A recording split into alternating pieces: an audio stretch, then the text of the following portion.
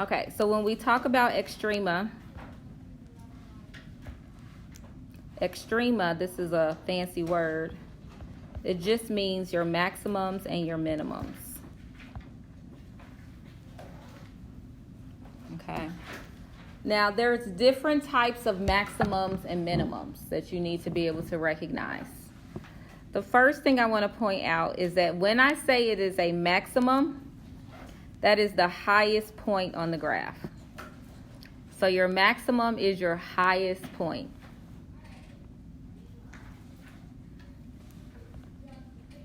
And the minimum, that's the lowest point.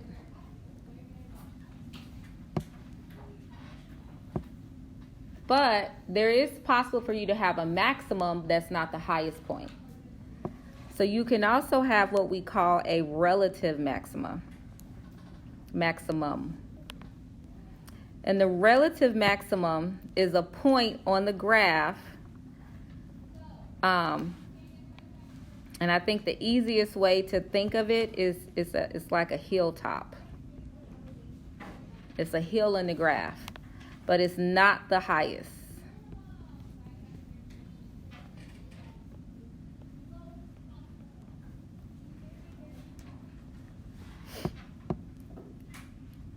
And then your minimum, the relative minimum, if I ask you what's the opposite of a hilltop, what would you say?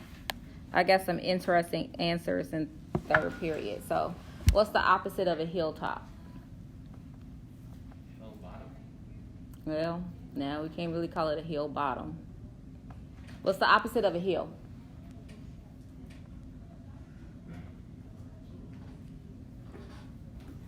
Nothing?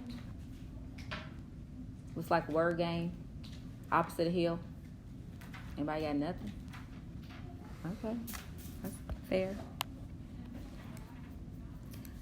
When I think of the opposite of a hill, I think of valley. Someone else in my third period said a ditch.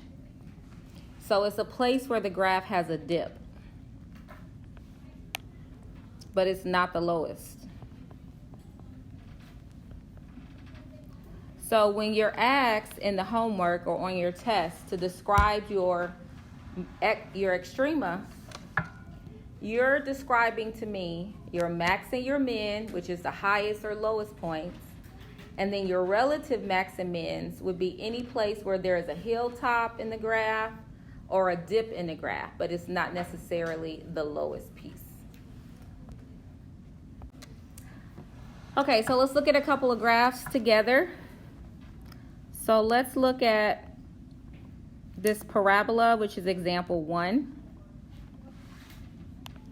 So when it's asking you to describe the extrema, okay? So let's talk about maximum and minimums. So first of all, when you read a graph, you read it the same way you would read a sentence. So when I read this sentence here, I start from the word identify and then I work to the right. That's exactly the same thing with this graph, okay? So when I trace this graph, what is that arrow doing? Is it going up or down? It is decreasing. So it's the function f of x, it starts off decreasing. So write decreasing as it approaches 0. So this graph starts off by decreasing.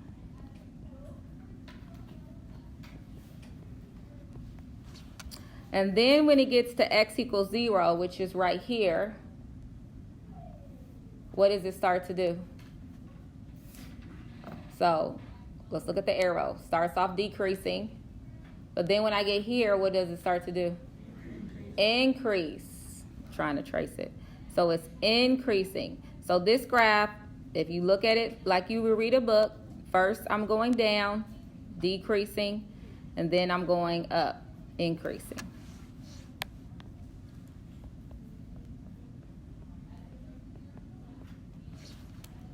So the point 0, -5, which is right here, this point right here,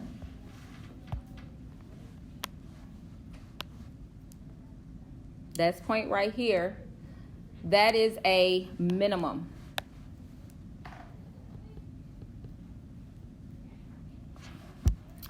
So this graph doesn't have a maximum. So it has no maximum. And it has no maximum because you have an arrow going up. And anytime you have an up arrow, you don't have a maximum. But it does have a minimum. And the minimum occurs right here at 0, -5.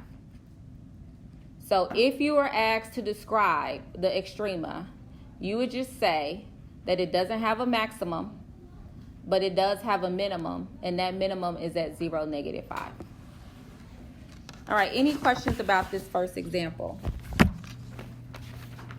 So I think we're still on the same page. Let's look at our next example. Yep, still page 23.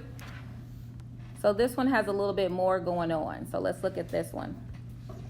So again, we're going to start by tracing my graph. So starting from the left, what is my arrow doing? Is it going up or down? Up. So it starts off increasing. So let's write that on our blank. So this graph starts out increasing. So first, here, this graph is going up. It's increasing. And then it hits this point right here, which I'm going to put a point there. And this is where it decides to do a U-turn. And then it starts to do what? What does it do from here to here? It decreases. It doesn't decrease for long, but it decreases just for a little bit. So then it starts to decrease.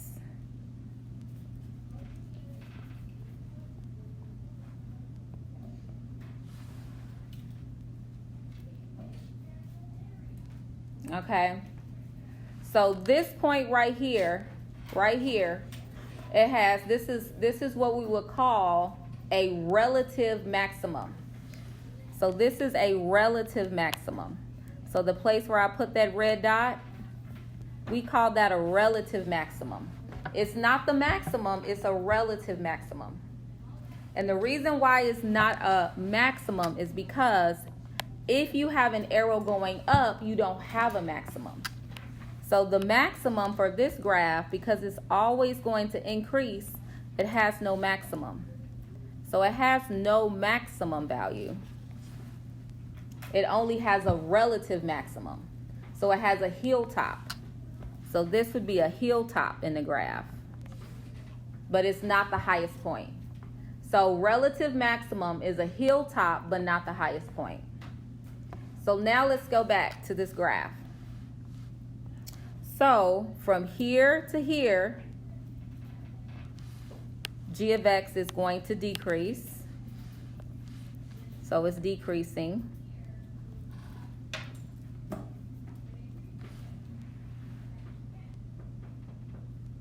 And then it starts to increase again.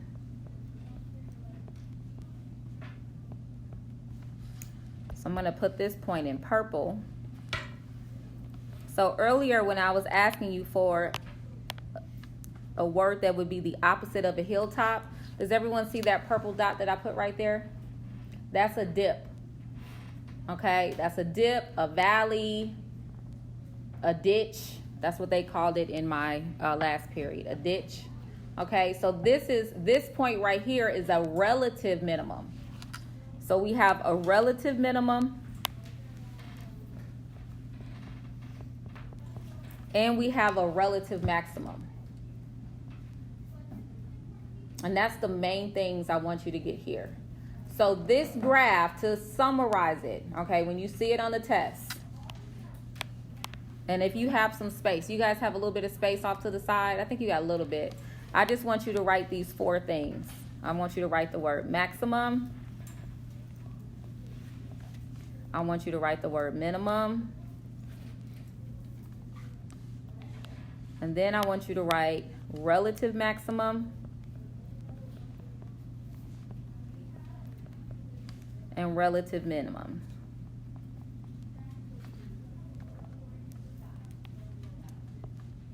Because this is what anytime I ask you for the extrema, these are the 4 things I want you to tell me.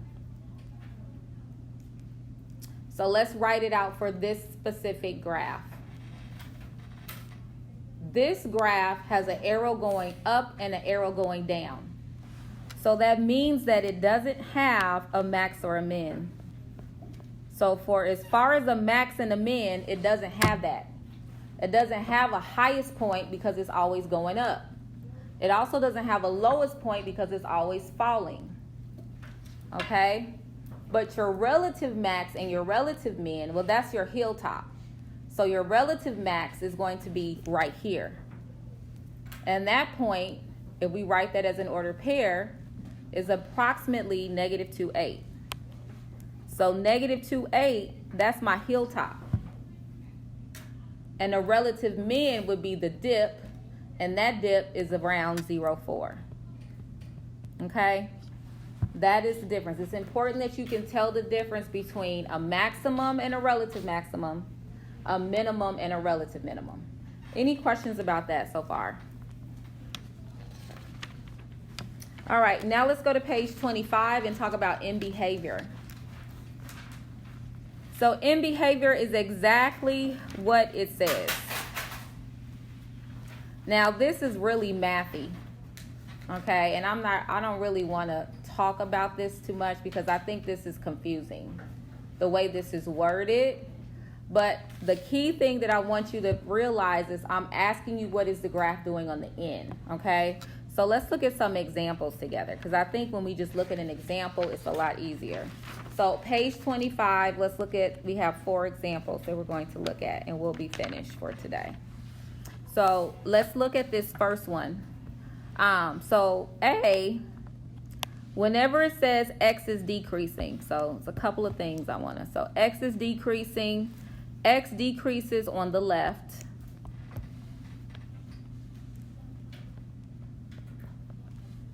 Okay, so where I have highlighted in yellow, I guess you kind of need 2 colors now that I think about it.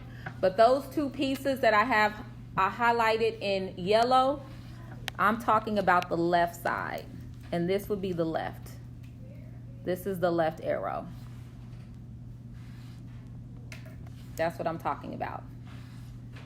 Okay, and then the other side, where it says X is increasing, as X increases, and it says as X approaches positive infinity, well, that's talking about the right. This arrow right here. Okay, so because a graph has 2 ends, when we talk about end behavior, we have to know what side we're talking about. Okay, so when X is decreasing, that's the left side. And when X is increasing, that's the right side. So what is this arrow doing on the left? It can only do one of 3 things. It could go up, it could go down, or it could be constant. So what's happening with this arrow right here? Is it going up, down, or straight out? It's not a trick question. What does it look like it's doing? It's going up. So as X increases on this first line, Y is going up. So you would say that Y is increasing. So it's increasing. And anytime you increase, that means you're approaching positive infinity. Okay?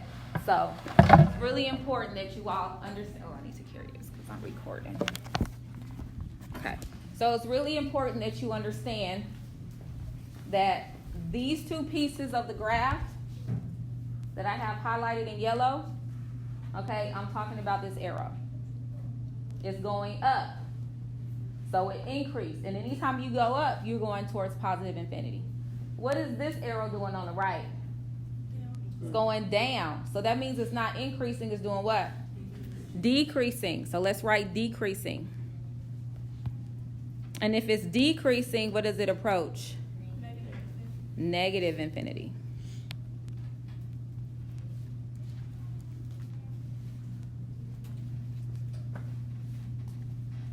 So this one, for example, B, this is a constant function.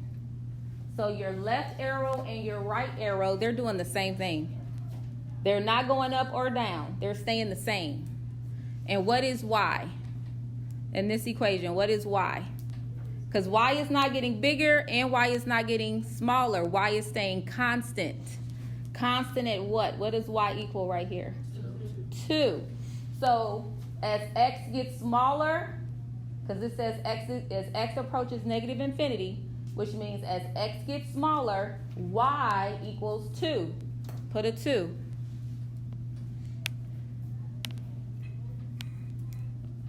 And as x gets bigger, as x approaches positive infinity, y is still what? 2. Good job. All right, 2 more graphs. We got it.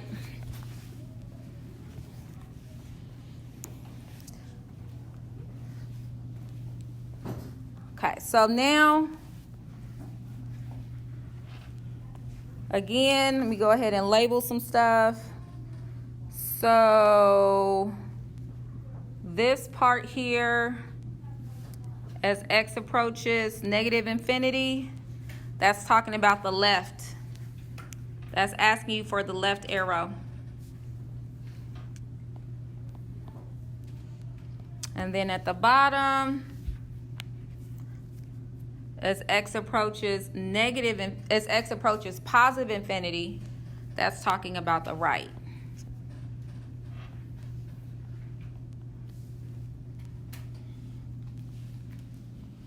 So on both sides of this graph, the arrows are doing the same thing. What are they doing? Are they going up, down, or going constant?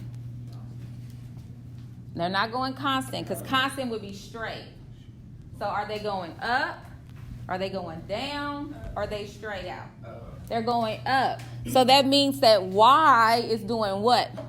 Increasing. So your y value is increasing.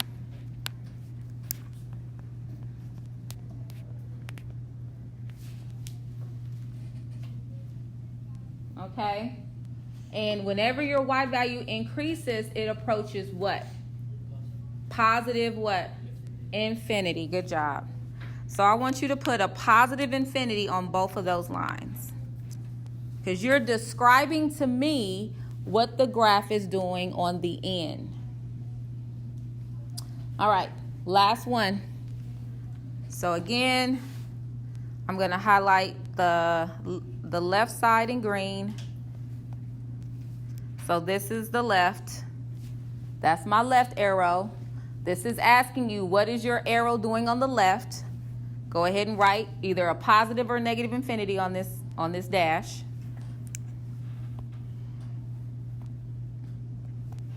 This one is asking you, what is it doing on the right? So green is left, yellow is right. So this is my left arrow. This is the right arrow. Go ahead and put on those dashes, what do you think? Are you going to put a positive infinity or a negative infinity? So I'll give you the answer in a second, but I want you to take a guess at what you think it might be.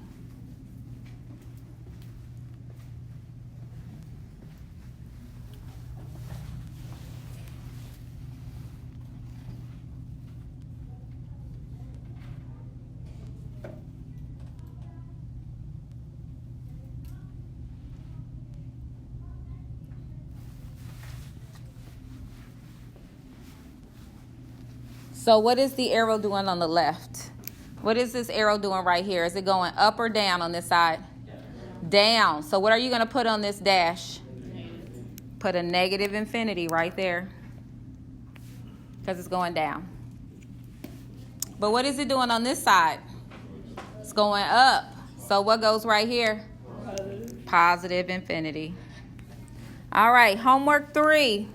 So I want to make sure this is a little clearer for you guys. So let me. No, well, homework 2 was I'm already finished that. I'm finished teaching that material.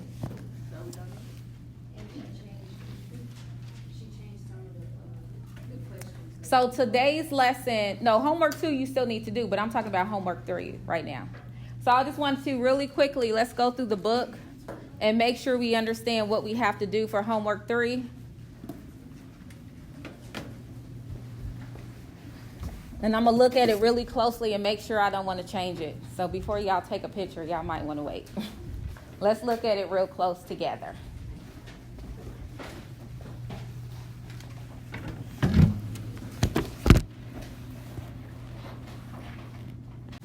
All right, so can somebody go to Canvas and tell me when homework 3 is due so I can write that? I want to say Monday, but it might be Friday. So can somebody check our Canvas page real quick and just verify when homework 3 is due?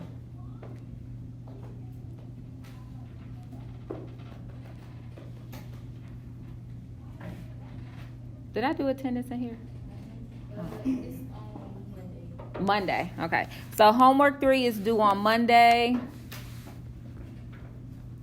So you got a little bit of time, but a lot of you are ahead in your homework, which is what I recommend you do. So just get it done now, get it turned in now. It's 350 points. You want to try to get all your homework points. That's it.